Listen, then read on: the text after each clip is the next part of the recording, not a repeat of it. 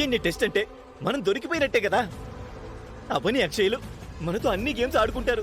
అవును కృష్ణ, దాని ద్వారా అక్షయ్ శ్రీకర్ కూతురు అన్న నిజం బయటపడిపోతుంది. ఆ, అప్పుడు నేను సత్యతో చేయించిన సంతకం, అవనిని బయటికి పంపించడం అన్నీ వేస్ట్ అయిపోతాయి. మన ఆశలన్నీ ఒక్కసారిగా తలక్రిందులైపోతాయి. మంచి సమయం చూసి ముక్కు పడక గురించి మాట్లాడాం. అందుకు అమ్మ కూడా గ్రీన్ సిగ్నల్ ఇచ్చింది. డీల్ జరిగి ఎంతోసేపు కాలేదు, ఈలోపు ఇటువంటిది వినాల్సి వచ్చింది. అదృష్టం వరించినట్టే వరిస్తుంది, ఇంతలోనే వెనక్కిపోతుంది. బంగారం, ఇప్పుడు దీని నుంచి మనం బయటపడ్డాం ఎలా? అమ్మ ఎవరి మాట వినేలాగా లేదు.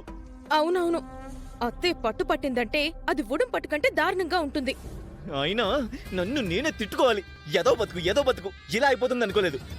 ఎందుకిలా తిట్టుకుంటున్నావు? ఏం చేయమంటావు? ఏముంది నా బతుకి? మాంసాహారిని, ఉప్పు కారం ఎక్కువ తింటున్నవాడిని, రోజు ఫీలింగ్స్ వస్తుంటాయి. ఏం లాభం? ఈ టెన్షన్స్ మధ్య రొమాంటిక్ సీన్స్ లేకుండా పోయాయి. మన బెడ్రూమ్ ఎంత బాధపడుతుందో తెలుసా? మన ఊర్లో మూడేంటి, నువ్వు మాట్లాడే మాటలేంటి? ఏమైనా సంబంధం ఉందా? ఉంది బంగారం, అది నీకు అర్థం కావడం లేదు. నువ్వింక నోరు మూస్తావా? అవని తిరిగి ఇంట్లోకి అడుగు పెట్టడానికి మళ్ళీ అవకాశం దొరికిపోతుందని నేను భయపడుతుంటే నువ్వు పనికి మాలిన మాటలు మాట్లాడుతున్నా. బావున్నారా వేదవతి గారు? మీరు ఈ ఊరికి రానంత వరకు మేము బాగానే ఉన్నాం. మీరు వచ్చిన తర్వాత సర్వనాశనమైపోయాం. నీ కొడుకు నా కుటుంబాన్ని అల్లకల్లోలం చేసేశాడు. పచ్చగా ఉన్న ఇంటిని రచ్చ చేసేశాడు. ఆనందంగా ఉన్న ఇంటిని రణరంగంగా మార్చేశాడు. ఇప్పుడు నువ్వొచ్చి ఏమీ ఎరగనట్టు బావున్నారా అని మా కుశల ప్రశ్నలు అడుగుతావా? ఏం మనుషులు మీరు? అవని సత్యలని మీరు అపార్థం చేసుకోవడం వల్లనే పరిస్థితులు ప్రళయంలా మారే. అనుమానాలు విలువల్ని చంపేశాయి. మీరు తొందరపడకపోయింటే అన్నీ చక్కగానే ఉండేవి. విలువల గురించి విలువలు కోల్పోయిన వాళ్ళు మాట్లాడకూడదు. అందుకు అర్హులు కారు. మీరు హద్దులు దాటి మాట్లాడుతున్నారు. నీ కొడుకు అవనితో హద్దులు దాటేశాడు. బుద్ధిలేని మాటలవి, సిగ్గులేని జన్మలుమివి. నీలాంటి అత్త దగ్గర ఏ కోడలు ఉండడానికి ఒప్పుకోని పరిస్థితి వస్తుంది. నీలాంటి తల్లులు సత్యగాడిలాంటి కొడుకుల్ని కనకూడదు. నా కొడుకుని మీరు తప్పుగా అనుకుంటున్నారు. వాడు తప్పుడు మనిషే. తప్పులను సరిచేసే మనిషి. ఎవరి కొడుకు వాళ్ళకి గొప్ప. అవును, నా కొడుకు నాకు గొప్పే. గొప్పని గొప్పగా చెప్పాలి, తప్పుని తప్పుగా ఎత్తి చూపించాలి. నీ కొడుకు న్యాయం కోసం పోరాడే మనిషి కాదు, కాపురాల్ని కూల్చే మనిషి. మీ అజ్ఞానంతో కొడుకు కోడల్ని దూరం చేశారు. ఇలా అయితే తను వేరే దారి చూసుకుంటుంది. ఆల్రెడీ అది నీ కొడుకుతో తప్పుడు దారిలోనే ఉంది కదా.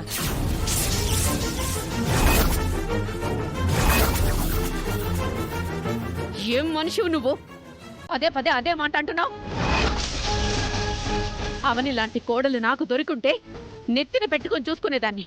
నువ్వేమో అక్రమ సంబంధాలు అంటగడుతున్నావు.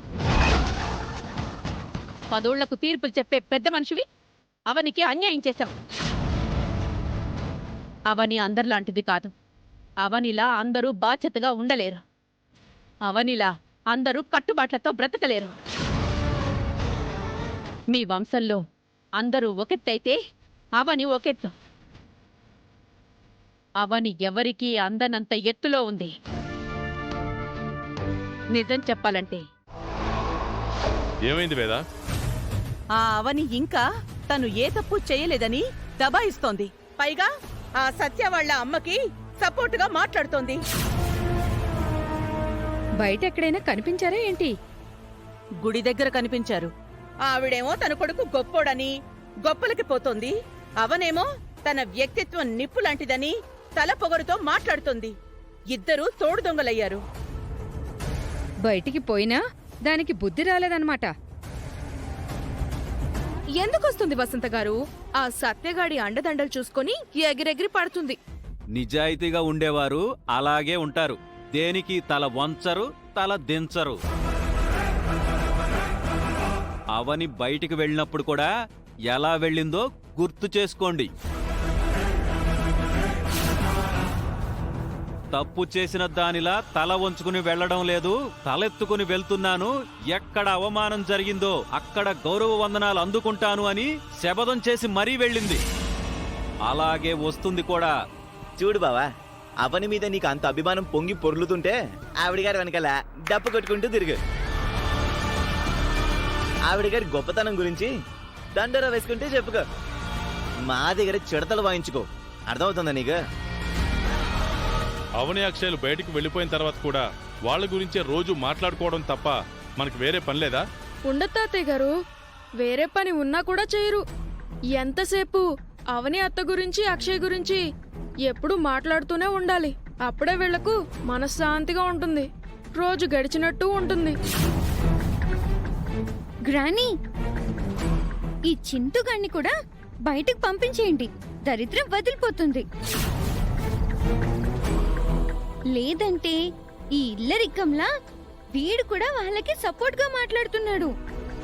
ఆ చెత్త మనుషుల గురించి తెగ పొగుడుతున్నాడు. అక్షయ్ నీ చెంప పగలగొట్టినా నీకింకా బుద్ధి రాలేదన్నమాట. ఎక్కువ మాట్లాడావంటే నీ చెంప పగలు కొడతాను. శౌర్య, ఏంటా మాటలు? పెంపక దోషం. నువ్వు నోర్మై. ఆవు చేలో మేస్తే దూడ గట్టున మేస్తుందా కృష్ణబాబు? అసలు ముందు నిన్ను ఇంటి నుంచి బయటికి గెంటేయాలి. ఓ పని అయిపోతుంది. నేను రెడీగా ఉన్నానురా బాబు, తొందరగా గెంటేయండి. ప్రశాంతంగా ఏ చెట్టు కింద ఉంటాను. ఇంకాపండి మీ గోల.